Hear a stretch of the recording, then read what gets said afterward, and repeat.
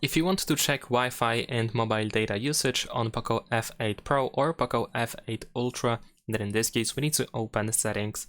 Over here in settings we're gonna go to more connectivity options, and then in here we have the data usage.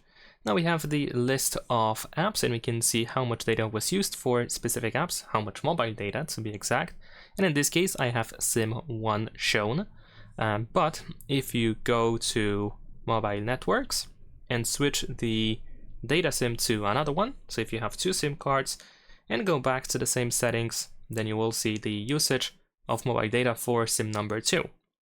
Besides that, we can tap over here in this place in order to switch the data to check the whole last month and this month as well, quite easily. We can tap on these two arrows in the upper right corner to switch to the Wi-Fi usage instead. And that is pretty much it. Thanks for watching, leave a like and subscribe.